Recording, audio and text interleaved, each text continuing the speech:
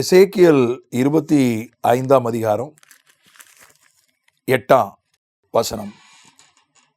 மெய்யாகவே ஆண்டவர் உரைக்கிறது என்னவென்றால், இதோ யூதா வம்சத்தார் எல்லா ஜாதிகளுக்கும் ஒத்தவர்கள் என்று மோவாபும் சேயீரும் சொல்லுகிறபடியினால், இதோ அம்மோன் புத்திரரின் பேர் ஜாதிகளுக்குள் இராதபடிக்கு நான் அம்மோன் புத்திரரின் தேசத்தை கிழக்கு தேசத்தாருக்கு திறந்து வைத்து சுதந்திரமாய் கொடுக்கிற வண்ணமாக.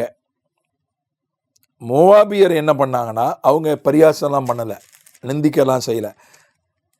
அட எல்லாம் ஒன்று தான்ப்பா, தேவனுடைய ஜனம்னு என்ன கொம்பா முளைச்சிருக்கு, எல்லாம் ஒன்று தான், தேவனுடைய ஜனமும் ஒன்று தான், மற்றவங்களும் ஒன்று தான். தேவனுடைய ஜனம் ஒன்றும் உயர்ந்தவர்கள் அல்ல, வித்தியாசமானவர்கள் அல்ல. யூதா வம்சத்தார் எல்லா ஜாதிகளுக்கும் ஒத்தவர்கள். அந்த ஒரு இதுக்கு அர்த்தம் என்னன்னா, எல்லாம் ஒன்று தான்யா, எல்லா வழியும் ரோமுக்கு தான் போகுது, எல்லா ஆறும் கடல்ல போய் தான் கலக்குது, எல்லாம் ஒன்று தான். எதை வேணா நீ ஆராதிக்கலாம், எப்படி வேணா ஆராதிக்கலாம், எங்க வேணா நீ இருக்கலாம், எல்லாம் ஒன்று தான் அப்படின்னு சொல்றாங்கல்ல. அது நிச்சயமாக அதை ஆண்டவர் ஏற்றுக்கொள்ளல, அதுக்கு தண்டனையும் கொடுக்கிறாரு. அந்த கொள்கைக்கு, அப்படி கொள்கையை கொண்டவன் ஒரு தேவ ஜனம், தேவ பிள்ளை அல்ல, ஒரு புறஜாதியான், மோவாபியன். மோவாபியன் தான் அப்படி சொன்னான். அவன் கேலியும் பண்ணலை, பரியாசமும் பண்ணலை, யூத மக்களை அவமானமும் படுத்தலை. எல்லாம் ஒன்று தான், நானும் ஒன்று தான், நீயும் ஒன்று தான். அந்த கோட்பாடை ஆண்டவர் ஏற்றுக்கொள்ளலை. அந்த கோட்பாட்டுக்கு ஆண்டவர் தண்டனை கொடுக்குறாரு. எல்லாம் ஒன்று தான் என்கிற கோட்பாட்டுக்கு நிச்சயமாக அதை ஆண்டவர் ஏற்றுக்கொள்வதில்லை. அப்படி ஏற்றுக்கொள்வது அது பறந்து விரிந்த ஒரு மனதின் அவன் நம்பிக்கை.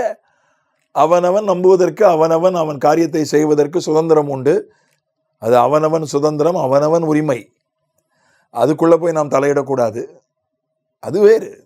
ஆனால் எல்லாம் ஒன்று தான். எல்லாத்தையும் ஒன்றா போட்டு கிச்சடி மாதிரி கிண்டி, சாம்பார் மாதிரி, கதமை மாதிரி எல்லாத்தையும் ஒன்றா மிக்சர் மாதிரி ஆக்கிடணும், எல்லாம் ஒன்று தான் அப்படின்னு சொல்கிற கோட்பாட்டை ஆண்டவர் ஏற்றுக்கொள்ளலை. புதிய ஏற்பாட்டில் பாருங்க, ரொம்ப அழகாக சொல்லப்பட்டிருக்கு. 2 கொரிந்தியர் 6ஆவது அதிகாரம் 14ஆவது வசனம் சொல்லுது. 14 16 வரை அடிக்கடி நாம் பயன்படுத்துகிற வசனங்களில் இதுவும் ஒன்று.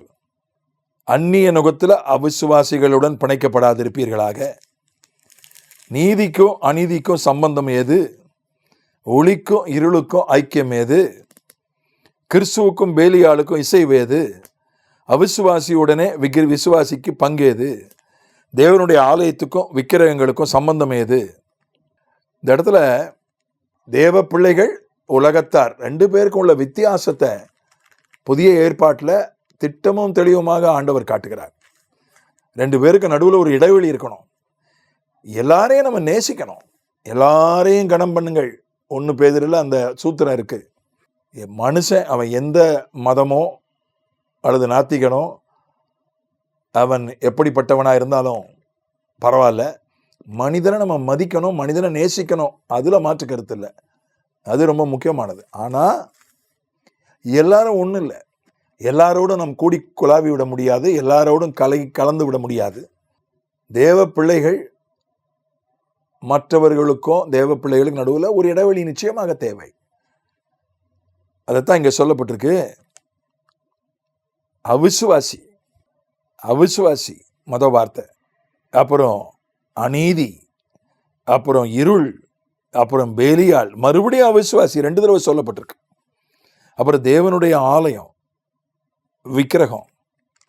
அப்போ நீங்கள் கேட்கலாம், அது என்ன நீதி அநீதி? நாம் நீதிமான்கள் அல்ல, நம்ம நீதி போதாது. ஆனால் கிறிஸ்து நமக்கு நீதியாக இருக்கிறார். கிறிஸ்து தன்னுடைய நீதியை நமக்கு தந்திருக்கிறார். ஆகையினால நம்ம நீதிமான்களாக இருக்கிறோம்.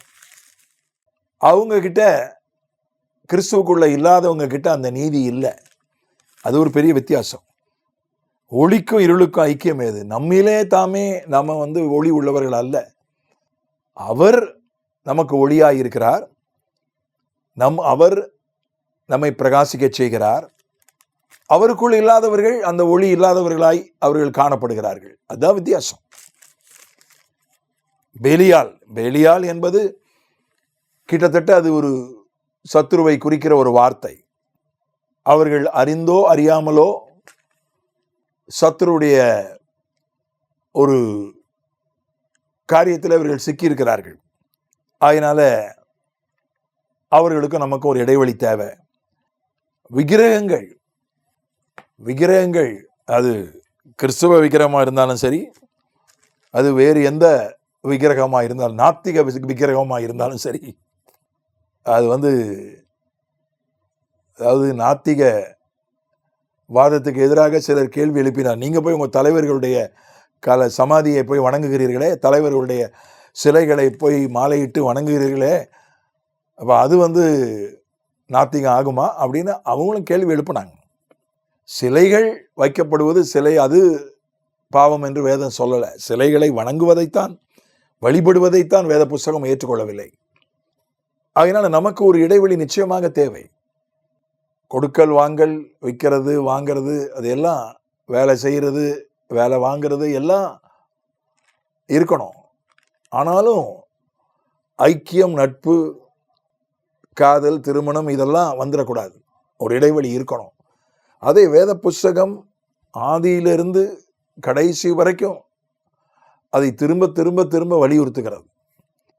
ஆகினால நாம் பிரித்தெடுக்கப்பட்ட வாழ்க்கை, அதை ஒரே வரியிலே சொல்வதாக இருந்தால் பிரித்தெடுக்கப்பட்ட வாழ்க்கை, நாம் பிரித்தெடுக்கப்பட்டவர்கள், பிரித்தெடுக்கப்பட்ட வாழ்க்கை வாழுவோம். அதை குறித்து அவர் ரொம்ப முக்கியத்துவம் கொடுக்கிறார், அதில் ரொம்ப கவனம் செலுத்துகிறார். ஆகவே பிரித்தெடுக்கப்பட்ட வாழ்க்கை வாழுவோம். நமக்கும் உலகத்துக்கும் இடையிலே என்றும் இடைவெளி இருக்கட்டும். ஆமென்.